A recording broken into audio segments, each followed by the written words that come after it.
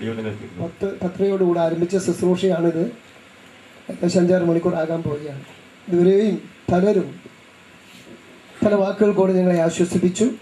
ഇനിയും ശ്രേഷ്ഠന്മാരായ ദേവദാസന്മാരുടെ നേരെ മുമ്പിലുണ്ട്, അവരെ ശുശ്രൂഷിക്കണം. ഇതുവരെയും ക്ഷമയോടിരുന്ന അനേക പ്രിയപ്പെട്ടവർ ആരംഭം മുതൽ എവിടെയുള്ളവരുള്ളവരെ കർത്താവ് സഹായിക്കട്ടെ. ഈ കുടുംബമായിട്ടുള്ള എൻ്റെ ബന്ധം പലപ്പോഴും ഇവിടെ പലരും ഓർപ്പിച്ചു കഴിഞ്ഞു.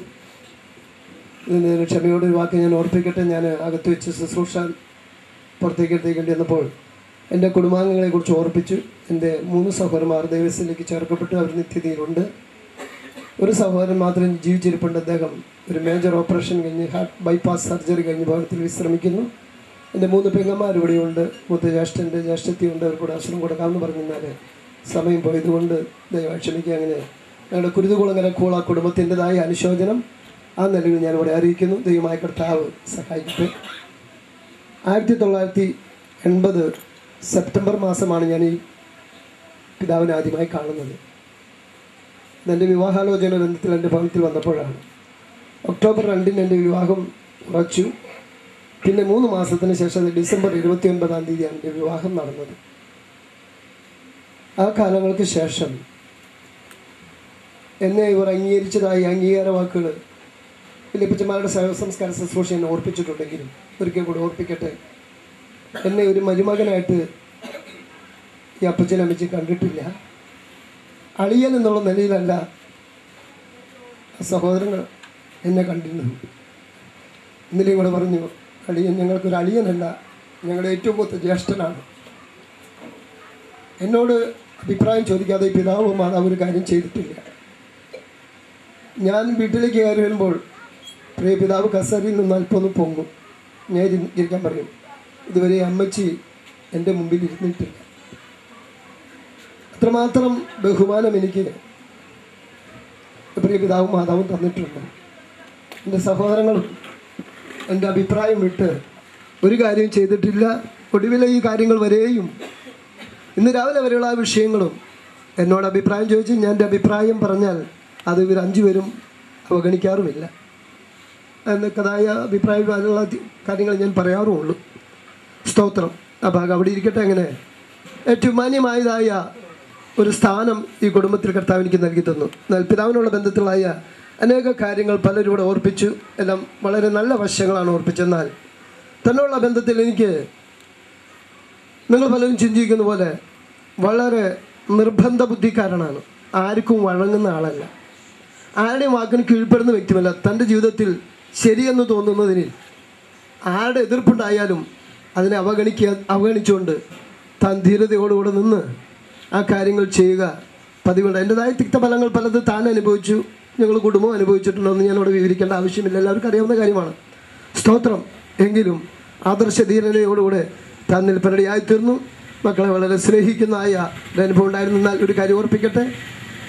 ഞാൻ പലപ്പോഴും ചിന്തിക്കാറുണ്ട്, ഇങ്ങനെയുള്ള ഈ വാശിയും നിർബന്ധ ബുദ്ധിയും ഇങ്ങനെ വെച്ച് പുലർത്തിയും രോഗത്തിൻ്റെതായ കഠിനതയും കാണുമ്പോൾ ഈ അവസ്ഥയിൽ ഇങ്ങനെ മുൻപോട്ട് പോയാൽ ഒരു അവസാനം ഉണ്ടായാൽ നിത്യത്തിൽ കാണുമെന്ന് വരെ ഞാൻ ചിന്തിച്ചിട്ടുണ്ട്. സ്തോത്രം. എന്നാൽ ഞങ്ങളുടെ പ്രിയ പിതാവ് നിത്യത്തിൽ എത്തിയിട്ടുണ്ടെന്നുള്ളത് എവിടെയും അറിവിന് വേണ്ടി ഞാൻ ധൈര്യത്തോടുകൂടി ഓർപ്പിക്കട്ടെ. കുഞ്ഞപ്പസ്വർ സ്വർഗത്തിൽ പോകുമോ, കെ.സി. ജോസഫ് സ്വർഗത്തിൽ പോകുമെന്നൊക്കെ ചിന്തിക്കുന്നുണ്ടായിരിക്കാം. ഒരളവ് വരെ ഞാനും അത് ചിന്തിച്ച വ്യക്തി തന്നെയാണ്. എന്നാൽ തൻ്റെ ഒടുവിലെ നാളുകൾ ഏറ്റവും പ്രത്യാശജനകമായിരുന്നു. ഒരു വസ്തുത ഓർപ്പിക്കട്ടെ. ഇവിടെ നിന്ന് ഹോസ്പിറ്റലിൽ കൊണ്ടുവന്നതിൻ്റെ അന്ന് രാവിലെ അമ്മച്ചിയോട് വേദപുസ്തകം കൊണ്ടുവരാൻ പറഞ്ഞു. അമ്മച്ചി പറഞ്ഞു വായിക്കാനൊക്കാത്ത ആൾ, കണ്ണും കാണുന്നില്ല. എന്താണെന്ന് ചോദിച്ചു. കൊണ്ടുവരാൻ നിർബന്ധമായി പറഞ്ഞ് അമ്മച്ചി കൊണ്ടുകൊടുത്തു. ആ വേദപുസ്തകം കിടക്കുകയാണ്, എഴുന്നേറ്റിരിക്കാനൊന്നും വയ്യ, 2 ആൾ താങ്ങി എഴുന്നേൽപ്പിക്കണം. ഒടുവിലെ ദിവസത്തിൽ ഇവിടുന്ന് കൊണ്ടുപോകുമ്പോൾ ആ വേദപുസ്തകം ഒന്ന് നിവർത്തി നോക്കി, വായിപ്പാൻ കഴിയുന്നില്ല. അതങ്ങനെ തന്നെ നെഞ്ചിലേക്ക് തുറന്ന് കമഴ്ത്തി വെച്ചു. ഇവിടുന്ന് കൊണ്ടുപോകുന്നതായ സമയം വരെ ആ വേദപുസ്തകം തൻ്റെ കയ്യിലുണ്ടായിരുന്നു. വേദം കൊണ്ട് വിമിഷ്ടം കൊണ്ടും ശ്വാസം കിട്ടാതെ ഞെരിവിളി ഉപ്പിരി കൊള്ളുമ്പോഴും വേദപുസ്തകം കിടക്കിൽ കൊണ്ട് ഞാനിവിടെ വരുമ്പോൾ ആ പകൽ മുഴുവൻ 5 മണിക്കാണ് കൊണ്ടുവന്നത്. അതുവരെ ആ വേദപുസ്തകം തൻ്റെ കയ്യിലുണ്ടായിരുന്നു. വേദപുസ്തകം പിടിച്ചത് കൊണ്ട് സ്വർഗത്തിൽ പോകുമെന്ന് ഞാൻ പറഞ്ഞതല്ല. പ്രത്യാശയോടുകൂടെ ദൈവസ്ലായിൽ പങ്കർത്താവിടെയാക്കി ആ മുറിക്കകത്താണ് കിടന്നിരുന്ന്. അവിടെ നിന്ന് ഇറക്കുമ്പോൾ ഞാൻ പോയി എന്നാണ് പറഞ്ഞത്. ഞാൻ അപ്പച്ച എവിടെ പോകാനാ?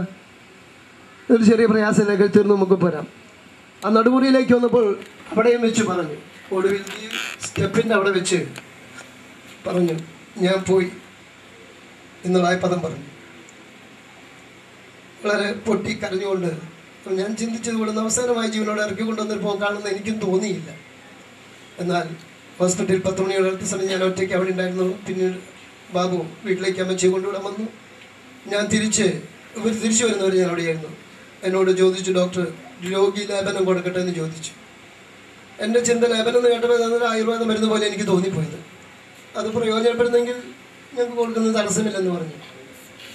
പക്ഷെ എന്താണെന്ന് എനിക്ക് വിഷയം പിടി കിട്ടിയില്ല. അദ്ദേഹം ചോദിച്ചു, നിങ്ങൾ കത്തോലിക്കരാണോ എന്ന് ചോദിച്ചു. അല്ല, ഞങ്ങൾ പെന്തക്കോസ്ത് വിശ്വാസികളാണ്. കത്തോലിക്കരാണെന്ന് ചോദിച്ചപ്പോൾ രോഗി ലേപനം എന്താണെന്ന് എനിക്ക് പിടികിട്ടി. ഞാൻ പറഞ്ഞു, ഞങ്ങൾ വേർപെട്ട ദൈവമക്കളാണ്, പെന്തക്കോസ്തുകാരാണ്, എൻ്റെ അപ്പച്ചന് വേണ്ടിയുള്ളത് അപ്പച്ചൻ ചെയ്തിട്ടുണ്ട്, ഇനി അതിൻ്റെ ആവശ്യമില്ല എന്ന് ഒടുവിലായി പർവ്വത്തെ കൊണ്ടടിയായിത്തീർന്നു. അങ്ങനെ തൻ്റെ നിത്യതയ്ക്കുള്ളതെല്ലാം താൻ ചെയ്തു. അങ്ങനെ 10 മണിക്ക് ശേഷം ഞാൻ അവിടെ ഹോസ്പിറ്റലിൽ നിന്ന് ഇങ്ങോട്ട് വീട്ടിൽ, ഞാൻ നല്ല സുഖമില്ലാത്ത വ്യക്തി ആയതുകൊണ്ട് അവിടെ രാത്രി നിൽക്കാൻ കഴിയാത്ത ഞാൻ വീട്ടിൽ പോന്നു. 1 മണിയായപ്പോഴേക്കും സ്റ്റേജ് മാറി. രാവിലെ ആയപ്പോഴേക്കും തൻ്റെ ഹാർട്ട് അറസ്റ്റായി കഴിഞ്ഞു. എങ്കിലും വെന്റിലേറ്ററിൻ്റെ സഹായത്തോടു കൂടെ 1.5 മണിക്കൂർ കൂടെ കിടക്കും, ഞങ്ങൾ പരിശ്രമിക്കുന്നുണ്ടെന്ന് പറഞ്ഞ് 1 മണിക്കൂർ ആയില്ല. 15 മിനിറ്റ് ആകുമ്പോഴേക്കും അടുത്ത വാർത്ത അറിയാൻ വേണ്ടി എത്തുന്നു. അപ്പോൾ ഞാൻ അമ്മച്ചി ഇവിടുന്ന് പെട്ടെന്ന് കൊണ്ടുപോകാൻ വേണ്ടി ഞാൻ ഇവിടെ വന്നിരിക്കുന്ന സമയത്ത് കൂടെ വെച്ചാണ് ആ വാർത്ത അറിഞ്ഞ് അമ്മച്ചി അറിയിക്കുന്നത്. ഏറെ പ്രത്യാശയോടുകൂടെ ദൈവത്തിലേക്ക് ചേരുവാൻ പ്രിയപിതാവിന് കർത്താവ് ഭാഗ്യം നൽകി. അതോർത്ത് ദൈവത്തെ സ്തുതിക്കുന്നു. ദൈവമായ കർത്താവ് സ്വർഗീയ സമാധാനം നൽകട്ടെ. ഇതിൻ്റെ പുറകിലെല്ലാം ഇതിന് നിദാനമായി തീർന്നത് ഞാനൊരു കാര്യം ഓർപ്പിക്കട്ടെ. കാണുന്നതായ മക്കളുടേതായ അനുഗ്രഹം മൂത്ത മകൻ കുടുംബമായി സിംഗപ്പൂരായിരുന്നു. പ്രിയ മകളും കുഞ്ഞുങ്ങളും കൂടെ ഇവിടെ ഇപ്പോൾ താമസമാക്കി. രണ്ടാമത്തെ മകൻ ഡിഫൻസ് പേയ്മെൻറ്റ് ഓഫീസിൽ ഒരു ഓഫീസറായി പൂനെയിൽ വർക്ക് ചെയ്യുന്നു. ഉന്നതമായ ഒരു പദവിയിൽ ഗസറ്റ് ഓഫീസർ പോസ്റ്റിലാണ്. പ്രിയബാബും അറിയപ്പെടുന്നതായ ഒരു ഡോക്യുമെന്റ് റൈറ്ററായിട്ട് ഈ ദേശത്ത് അറിയപ്പെടുന്നു. കർത്താവിൻ്റെ വേലയിൽ ബെന്നിയും വിൽസനും ശോഭിക്കുന്നു. എളിയവരും അപ്രകാരമായിരിക്കുന്നു.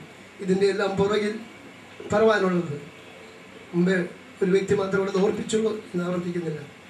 പ്രിയ അമ്മച്ചി അവർ ഇതിൻ്റെ എല്ലാം മുഖാന്തരം അപ്പച്ചൻ്റെ ജീവിതത്തിലെ ശ്രേഷ്ഠത കൊണ്ട് മക്കൾക്ക് ദേശീയമാരായതല്ല. സ്തോത്രം.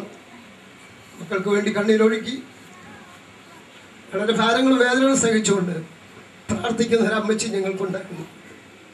ആ അമ്മച്ചി ഞങ്ങൾക്ക് വേണ്ടി പ്രാർത്ഥിക്കുന്നത് കൊണ്ടാണ് ഞങ്ങളൊക്കെ കർത്താവിൻ്റെ വേലയായിരിക്കുന്നതും കർത്താവിൻ്റെ വേലയിൽ അല്ലാതിരിക്കുന്നതായ പ്രിയ സഹോദരങ്ങൾ 3 പേരും ഞങ്ങളെക്കാൾ കൂടുതലായിട്ട് കർത്താവിന് വേണ്ടി അവർ പ്രയോജനപ്പെടുന്നു എന്നുള്ളത് ഞങ്ങൾക്ക് സന്തോഷത്തോടെ പറയാൻ സാധിക്കും. അവരിൽ ലഭിക്കുന്ന ഭൗതിക നന്മകൾ 3 പേരും ആമേൻ എണ്ണിയല്ല. സ്തോത്രം. കൈതുറന്ന കർത്താവിൻ്റെ വേലയ്ക്ക് അവർ ചെയ്തുകൊണ്ടിരിക്കുന്നു. അവർ കർത്താവിൻ്റെ വേലയിൽ ഒരു ഭാഗം വഹിക്കുന്നു. അങ്ങനെ ഇവിടെ 3 പേരാണ് കർത്താവിൻ്റെ വേല എന്ന് പറയുന്നത്. ഞാൻ ഓർപ്പിക്കട്ടെ, 3 പേരല്ല 6 പേരും കർത്താവിന് വേണ്ടി പ്രയോജനപ്പെടുന്നവരാണ്. സ്തോത്രം. ദൈവമായ കർത്താവ് എന്ന നിലകളിൽ അവരുപയോഗിക്കുന്നവർ ദൈവത്തെ സ്തുതിക്കുന്നു. തുടർന്ന് നിങ്ങളുടെ പ്രാർത്ഥന ആവശ്യപ്പെടുന്നു. സമയം വളരെ വൈകിപ്പോയി. ദയവായി ഞങ്ങൾ പറഞ്ഞ സമയത്തോളം ഇപ്പോൾ എത്തിയിരിക്കുകയാണ്. അല്പനിമിഷങ്ങൾ കൂടെ നിങ്ങളെ സഹിക്കണം, ക്ഷമിക്കണം എന്ന് ഞാൻ നിങ്ങളോട് ക്ഷമ ചോദിക്കുകയാണ്. കാരണം ദേവദാസന്മാരെ തുടർന്ന് അല്പസമയം സൂക്ഷിപ്പാനുണ്ട്. അവർ പുസ്തകങ്ങൾ വേർതിരിക്കുന്ന ക്ഷമയോടുകൂടി എത്രയും പെട്ടെന്ന് തന്നെ ഏകദേശം 4:30 മണിയോടുകൂടി തന്നെ ഇവിടെ നിന്ന് ഈ ഡെഡ് ബോഡി കൊണ്ടുപോയി സംസ്കരിക്കാനായിട്ട് ആഗ്രഹിക്കുന്നു. കുടുംബാംഗങ്ങൾ, ബന്ധുമിത്രാദികൾ, കർത്തൃദാസന്മാർ എല്ലാവർക്കും കർത്താവിൻ്റെ നാമത്തിലുള്ള വന്ദനത്തെ അറിയിക്കുന്നു. ഈ വാത്സല്യ പ്രിയപിതാവിൻ്റെ ഈ പ്രിയപിതാവുമായി 1992 മുതൽ ആ കുടുംബമായി അഭേദ്യമായ ആത്മീയ ബന്ധത്തിൽ ആയിരിക്കാനായി കർത്താവ് സഹായിച്ചു. അതിന് മുഖാന്തരമായത് ഈ പ്രിയപ്പെട്ട പിതാവിൻ്റെ ഏറ്റവും ഇളയ മകനായിരിക്കുന്ന ഇവിടെ വിൽസൺ എന്നറിയപ്പെടുന്ന പ്രിയ ജോണും ഞങ്ങളൊക്കെ ഒരുമിച്ച് ദൈവത്തിൻ്റെ വചനം പഠിപ്പാനിടയായി. അതോടുള്ള ബന്ധത്തിൽ കർത്താവിൻ്റെ വേലയുടെ ബന്ധത്തിൽ ഈ തൃശ്ശൂരും കുന്നംകുളത്തൊക്കെ കടന്നു വന്ന് കർത്താവിൻ്റെ വേലയിലായിരിക്കാനിടയായി. ഈ പ്രിയപ്പെട്ട പിതാവ് പാർത്ത വീടിൻ്റെ ചുറ്റുപാടുകളൊക്കെയും ചില വർഷങ്ങളായി കർത്താവിൻ്റെ വചനം അറിയിക്കുകയും ശുശ്രൂഷിപ്പാനൊക്കെ ഇടയായി തീർന്നിട്ടുണ്ട്. ആ സമയത്ത് ഞങ്ങൾ പാർത്തുകൊണ്ടിരുന്നത് ഈ പ്രിയപ്പെട്ട പിതാവിൻ്റെ ഭവനത്തിലാണ്. അവിടെയുള്ള ഞങ്ങളുടെ ജീവിതം വളരെ അനുഗ്രഹിക്കപ്പെട്ട നിലയിൽ ഞങ്ങളുടെയൊക്കെ ഒരു പിതാവെന്ന നിലയിൽ എല്ലാ കാര്യവും വളരെ സ്ട്രിക്റ്റോടുകൂടെ ഇടപെടുന്ന ഒരു പ്രിയ പിതാവായിരുന്നു ഈ നമ്മെ വേർപെട്ടു പോയ പിതാവ്. തന്നോടൊപ്പം ഒരുമിച്ച് അനേക കാര്യങ്ങൾ ചിന്തിക്കുവാനും ഒക്കെ ഇടയായി തന്നിട്ടുണ്ട്. ഇവിടെ മുമ്പ് ഓർപ്പിച്ചതുപോലെ ഇന്ന് അവരുടെ കുടുംബത്തിൻ്റെ ഏറ്റവും അനുഗ്രഹമായി നിൽക്കുന്നത് അവിടെ പ്രാർത്ഥിക്കുന്ന ഒരു മാതാവുണ്ട്. അവർ പ്രാർത്ഥിക്കുന്നത് കൊണ്ട് കർത്താവിൻ്റെ വേലയിൽ പലരും മുന്നോട്ട് വരികയും ഞങ്ങൾക്കെല്ലാം കഴിഞ്ഞ നാളുകളിൽ അവരുടെ പ്രാർത്ഥന ഏറ്റവും സഹായകരമായിരുന്നു. അവിടെ കുടുംബത്തിൻ്റെ കൈത്താങ്ങലുകളൊക്കെയും ഞങ്ങൾ 3 പേരാണുള്ളത്. ഞാൻ ഫഷ ജെയ്സൺ, ഫഷ KJ ജോൺ, ഞങ്ങൾ 3 പേര് ഒരുമിച്ച് പഠിച്ച് ഞങ്ങൾ ആ കുടുംബത്തോടുള്ള ബന്ധം ഒരിക്കലും മറക്കാനാകാത്ത വലിയ ബന്ധമാണ്. ഇന്ന് ഇന്ത്യൻ ബന്ധക്കോ ദൈവസഭ കുന്നംകുളം IPC സെൻറ്ററിൽ ഞങ്ങൾ 3 പേര് ഒരുമിച്ച് കർത്താവിൻ്റെ മഹത്വമുള്ള വേലയിൽ പ്രയോജനപ്പെട്ടുകൊണ്ടിരിക്കുന്നു. പ്രൈസരോട് ദുഃഖത്തിലായിരിക്കുന്ന ഈ കുടുംബാംഗങ്ങളെ സർവശക്തനായിരിക്കുന്ന ദൈവം ആശ്വസിപ്പിക്കട്ടെ എന്നുള്ളതായിരിക്കുന്ന ആത്മാർത്ഥമായ പ്രാർത്ഥനയോടുകൂടെ ഇന്ത്യൻ ബന്ധക്കോ ദൈവസഭ കുന്നംകുളം സെൻറ്ററിൻ്റെ അനുശോചനയെ രേഖപ്പെടുത്തിക്കൊണ്ട് ഞാൻ എൻ്റെ വാക്കുകൾക്ക് വിരാമപ്പെടും. ദൈവം